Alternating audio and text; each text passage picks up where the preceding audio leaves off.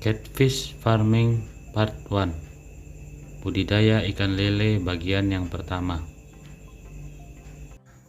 Untuk budidaya ikan lele, cara dan sistem setiap wilayah dan daerah berbeda-beda, dipengaruhi kondisi iklim, cuaca, dan geografis daerah masing-masing. Di sini saya coba berbagi dan menyajikan informasi budidaya ikan lele yang secara umumnya. Ini sangat penting buat teman-teman bagi pemula yang ingin memulai usaha budidaya atau beternak ikan lele. Ikan lele secara ilmiah terdiri dari banyak spesies. Lele di Indonesia mempunyai banyak nama daerah, antara lain ikan limbek Sumatera Barat, ikan kalang Sumatera Selatan, ikan maut Gayo, ikan seungko Aceh, ikan sipaput Karo, ikan pintet Kalimantan Selatan, ikan keling Makassar, ikan cepi Sulawesi Selatan, ikan lele atau lindi Jawa Tengah, atau ikan keli Malaysia. Ikan keli untuk lele yang tidak berpatil, sedangkan disebut penang untuk yang memiliki patil dari Kalimantan Timur. Di negara lain dikenal dengan nama Mali, Afrika, Plamon, Thailand, Gura Magura, Sri Lanka. Dalam bahasa Inggris disebut catfish, siluroid, mudfish, dan walking catfish. Nama ilmiahnya Clarias, berasal dari bahasa Yunani klaros, yang berarti lincah, kuat berdasarkan kemampuan untuk tetap hidup dan bergerak di luar air. Di Indonesia bisa kita temukan beberapa jenis-jenis ikan lele dengan ciri-ciri yang berbeda dan juga kelebihan dan kekurangannya masing-masing. Yang pertama, ikan lele sangkuriang. Nama sangkuriang berasal dari cerita rakyat Jawa Barat, yakni asal mula Gunung Tangkuban Perahu, di mana sangkuriang ingin menikahi ibunya. Dari namanya, jelas ikan unggul ini ditemukan di Jawa Barat, tepatnya di Balai Besar Perikanan Budidaya Air Tawar atau BBPBAD Sukabumi. Sangkuriang 1 dikenalkan kepada publik di tahun 2004. Kemudian sangkuriang 2 dikembangkan antara tahun 2010 sampai 2012. Ikan lele ini sebenarnya adalah keturunan ikan lele dumbo. Sangkuriang 1 mulai dikembangkan setelah ikan lele dumbo di tanah air menurun kualitasnya.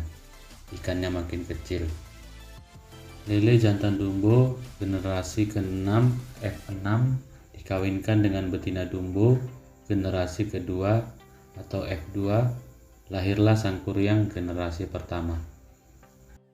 Ciri-ciri umum lele sangkuriang adalah: yang pertama, warna punggung hitam kehijauan. Yang kedua, warna perut putih kekuningan.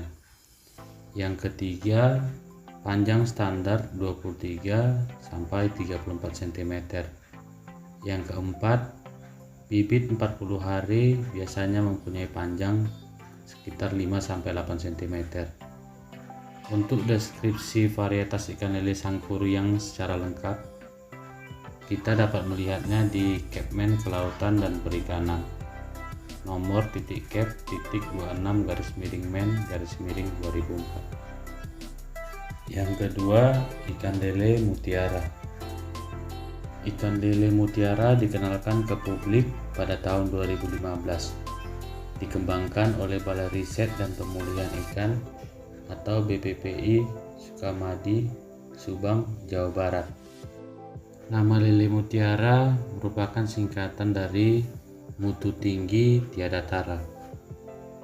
Ikan lele mutiara ini berasal dari persilangan strain atau jenis lele Mesir, lele python, sangkuriang, dan dumbo selama 3 generasi. Diprediksi lebih baik dari lele lain, bahkan mengalahkan sangkuriang.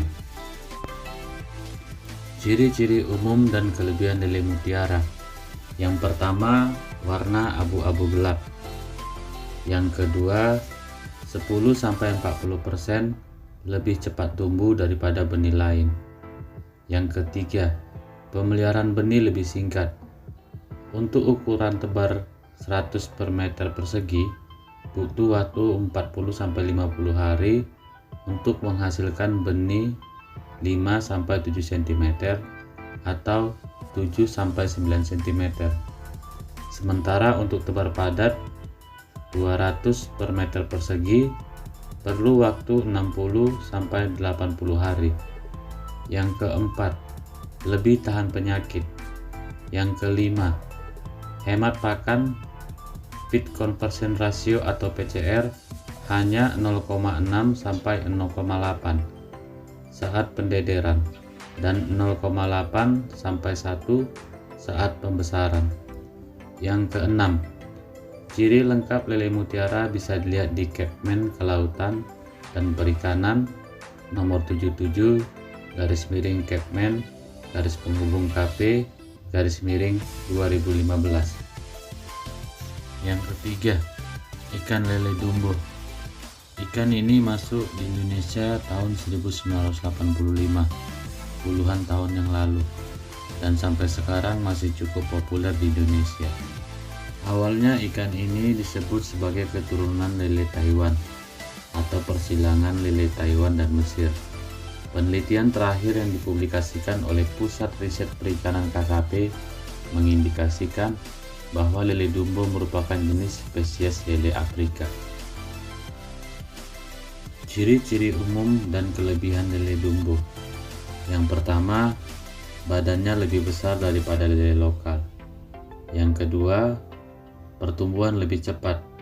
Perbandingan lele dumbo umur 2 bulan sudah seperti lele lokal berumur 1 tahun. Kelemahan lele dumbo. Yang pertama, lele dumbo dagingnya lembek. Jika digoreng lebih mudah hancur sehingga harus hati-hati.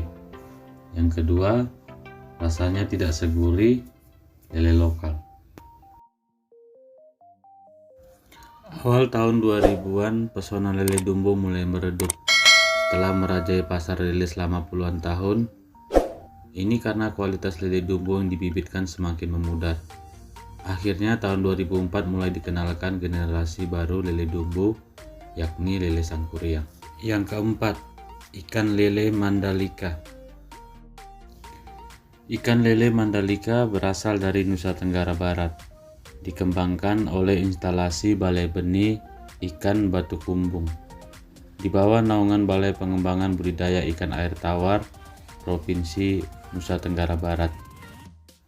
Ikan lele Mandalika merupakan hasil persilangan antara betina sangkuriang dan jantan masamo.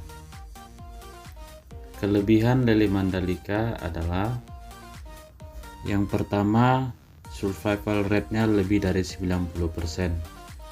Yang kedua, di Nusa Tenggara Barat sendiri diklaim lebih menguntungkan daripada sangkuriang. Yang ketiga, bisa dibudidayakan di dataran rendah maupun dataran tinggi. Yang keempat, pertumbuhan lele Mandalika 22% lebih baik daripada ikan lele lain. Yang kelima, lebih subur daripada jenis ikan lain. Yang keenam, feed conversion ratio atau PCR 0,6-0,7%. Untuk mengetahui lebih lagi, kita bisa melihatnya di Kepmen Kelautan dan Perikanan nomor 42 _Kepmen _KP _2014. Yang kelima, ikan lele masamo. Ikan lele ini pertama kali dibawa PT Matahari Sakti ke Jawa Timur sekitar tahun 2010. Ciri-ciri ikan lele masamo. Yang pertama, badan lebih panjang daripada lele sangkuriang. Yang kedua, warna kehitaman. Yang ketiga, bentuknya seperti sepatu pantofel jadul. Yang keempat, kepala lebih runcing dan ada tonjolan di tengkuk. Yang kelima, Masamo dewasa mempunyai bintik-bintik sekujur tubuhnya. Yang keenam, benih Masamo susah dibedakan dengan benih lainnya. Kelebihan ikan lele Masamo: cepat besar, bisa panen umur 1,5 bulan sampai 2,5 bulan, tergantung pakan yang diberikan. Ikan lele lainnya biasanya berumur 3 bulan baru panen. Sedangkan untuk kekurangan ikan lele Masamo adalah ikan lele ini tergolong agresif dan nafsu makannya tinggi. Petani atau peternak harus ulet. Jika telat memberi makan, maka sifat kanibal Masamo akan muncul dan memakan temannya. Meski sifat kanibal Masamo semakin berkurang, kita harus tetap berhati-hati saat memberikan pakan. Jangan sampai waktunya telat. Yang keenam, ikan lele limbat. Ikan ini cukup populer di Asia Tenggara. Ikan lele limbat ini bisa ditemukan di rawa-rawa, sumur tua, dan hutan-hutan berair. Ciri utama ikan lele limbat adalah bintik-bintik pada tubuhnya yang membentuk garis kuning. Biasa hidup di alam liar, tidak banyak yang membudidayakan ikan lele limbat ini. Yang ketujuh, ikan lele piton. Ikan lele piton adalah hasil persilangan antara lele Dumbo dan lele Thailand. Ikan lele ini mulai dibudidayakan di Pandeglang, Banten pada tahun 2004. Ikan lele piton cocok dibudidayakan di suhu rendah Pandeglang, Banten, di mana jenis lain banyak mati di suhu rendah. Bentuk kepala ikan lele piton ini seperti ular piton, oleh karena itu disebut lele piton. Untuk kelebihan lele piton sendiri adalah yang pertama, tahan hidup di suhu rendah. Yang kedua, hemat pakan. Saat diuji coba, VCR lele piton 1:1, sementara lele sanakuriang 1:0,81. Yang ketiga, ukuran lebih besar. Yang keempat, saat digoreng lebih gurih. Sedangkan untuk kelemahan lele piton adalah yang pertama, tidak tahan goncangan air, jadi tidak cocok untuk daerah dekat laut. Yang kedua, kurang tahan panas. Yang ketiga, jika musim hujan, nafsu makannya berkurang. Yang kedelapan, ikan lele Afrika. Beberapa ada yang bilang ikan lele Afrika adalah ikan lele Dumbo itu sendiri. Sebagian lagi mengatakan berbeda. Ikan lele ini masih ada yang membudidayakan. Warnanya hitam panjang, mirip ikan lele Dumbo. Yang kesembilan, ikan lele lokal atau ikan lele Jawa. Lele lokal atau lele Jawa adalah lele asli Indonesia. Sebelum lele Dumbo datang di tahun 1985, lele lokal ini yang sering dibudidayakan petani atau peternak lele. Ciri-ciri dari lele lokal atau lele Jawa ini adalah yang pertama, warnanya hitam kehijauan. Yang kedua, ada bintik-bintik di tubuhnya. Yang ketiga, patilnya lebih banyak dari lele Dumbo. Kelebihan dari lele lokal ini atau lele Jawa ini adalah memiliki rasa yang lebih gurih. Sedangkan untuk kelemahannya adalah pertumbuhannya yang lambat sehingga kurang menguntungkan. Setelah kita mengetahui beberapa jenis lele yang ada di Indonesia, jadi kita bisa mulai menentukan jenis lele apa yang akan kita mulai untuk budidayakan. Kemudian, budidaya ikan lele bisa diaplikasikan di beberapa media, dan setiap media ada kelebihan dan kekurangannya. Di antaranya, yang pertama, budidaya di dalam ember atau budik damber. Budik damber atau disebut budidaya ikan di dalam ember ada beberapa kelebihan dan kekurangannya. Kelebihan budik damber adalah Yang pertama, biaya modal sedikit dibandingkan media lainnya. Yang kedua, biaya operasional dalam budidaya lebih hemat, seperti air, listrik, dan lain-lain. Yang ketiga, bisa diterapkan di lahan yang sempit dan terbatas. Yang keempat, perawatan yang lebih mudah dan simpel dibandingkan media lainnya. Yang kelima, budidaya lele bisa memberikan tambahan hasil dengan sambil menanam kangkung dan tanaman-tanaman lainnya. Cocok untuk pemula yang mau memulai budidaya lele. Untuk kekurangan budidamber, yang pertama, suhu yang sangat mudah turun naik. Yang kedua, pH air yang cepat berubah, kandungan oksigen yang sedikit.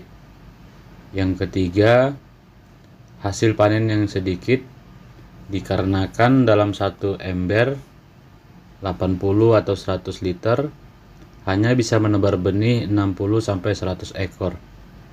Yang keempat, teknik memelihara ikan dalam ember yang harus cukup banyak berbeda dengan budidaya ikan konvensional atau di media lainnya. Subscribe gratis, tidak mengurangi apapun.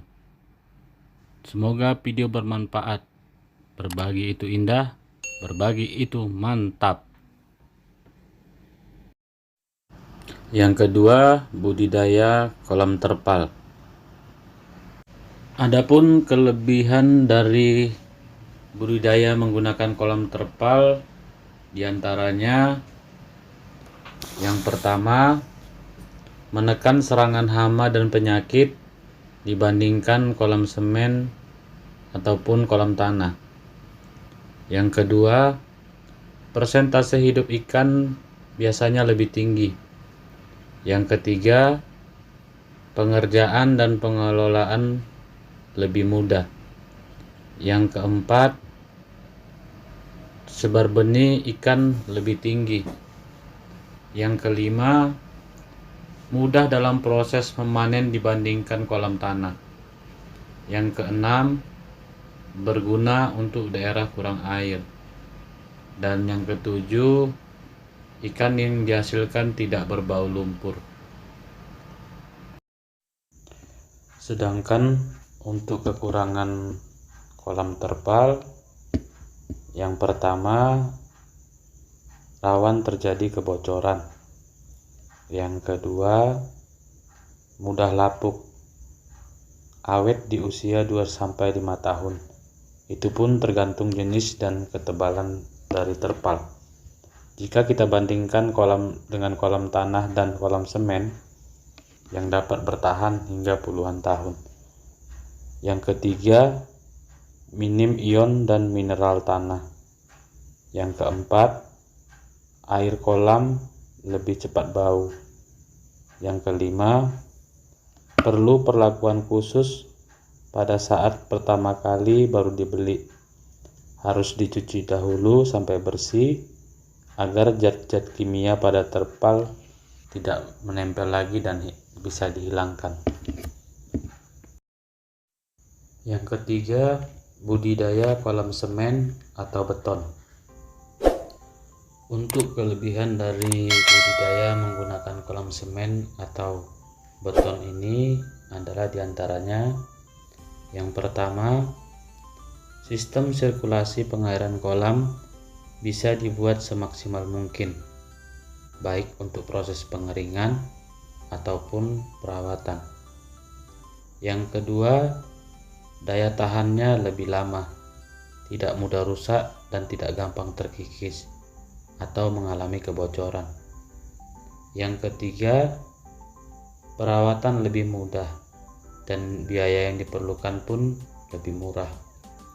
Yang keempat, bentuknya bisa dibuat sedemikian rupa dan sesuai keinginan, baik bentuk, ketebalan, dan spesifikasi dapat dibuat sedetail mungkin.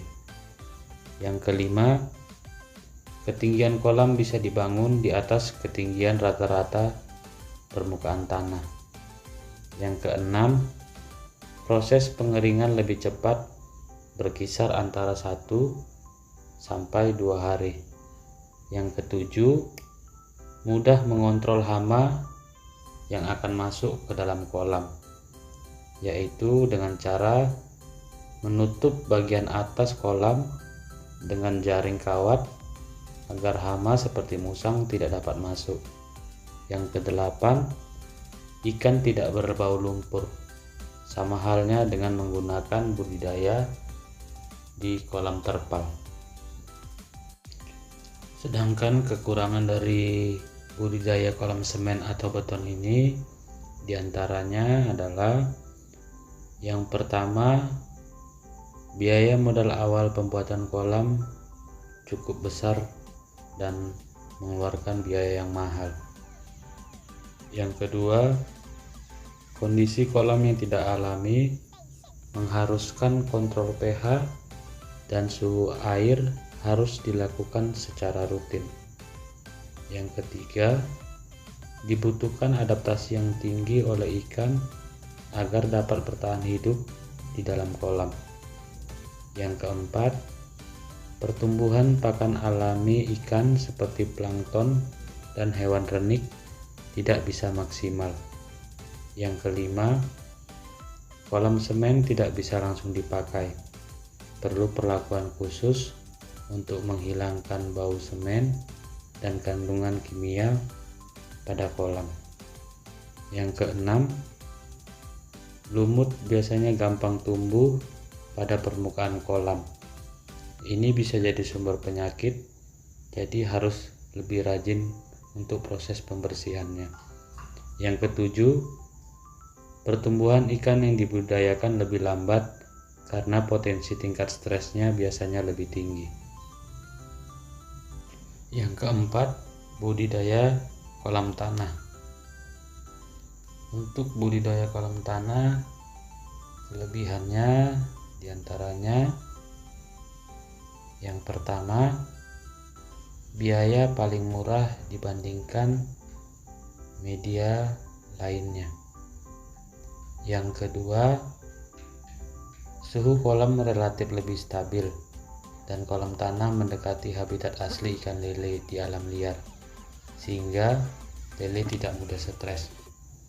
Yang ketiga, jika diolah dengan baik, pakan alami bisa didapat dan tumbuh dalam kolam tanah, sehingga bisa lebih hemat dalam pemberian pakan. Yang keempat, jika pemeliharaan baik, maka pertumbuhan lele bisa lebih cepat dibandingkan menggunakan media lainnya. Yang kelima, air kolam tidak cepat bau karena kolam tanah memiliki bakteri perombak bahan organik dan penyuplai mineral bagi bakteri. Jadi jika ada sisa pakan akan cepat terurai di dasar tanah, sehingga air tidak perlu diganti dalam tempo waktu yang lama. Sedangkan kekurangan budidaya menggunakan kolam tanah diantaranya adalah yang pertama, memerlukan tenaga ekstra awal pembuatan kolam, apalagi jika kolam yang akan dibuat dengan ukuran yang besar.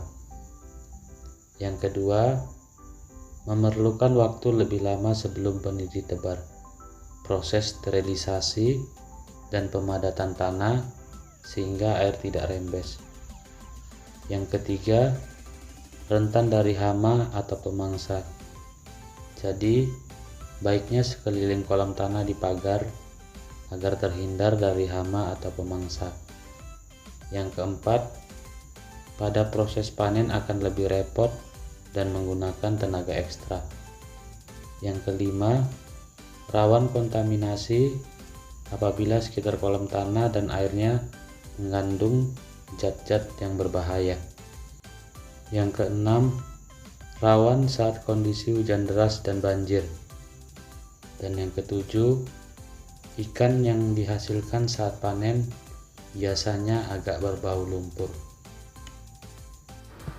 Yang kelima, budidaya kolam keramba atau jaring apung. Untuk kelebihan kolam keramba atau jaring apung ini, Di antaranya, yang pertama, proses penyortiran dan panen lebih mudah dan cepat.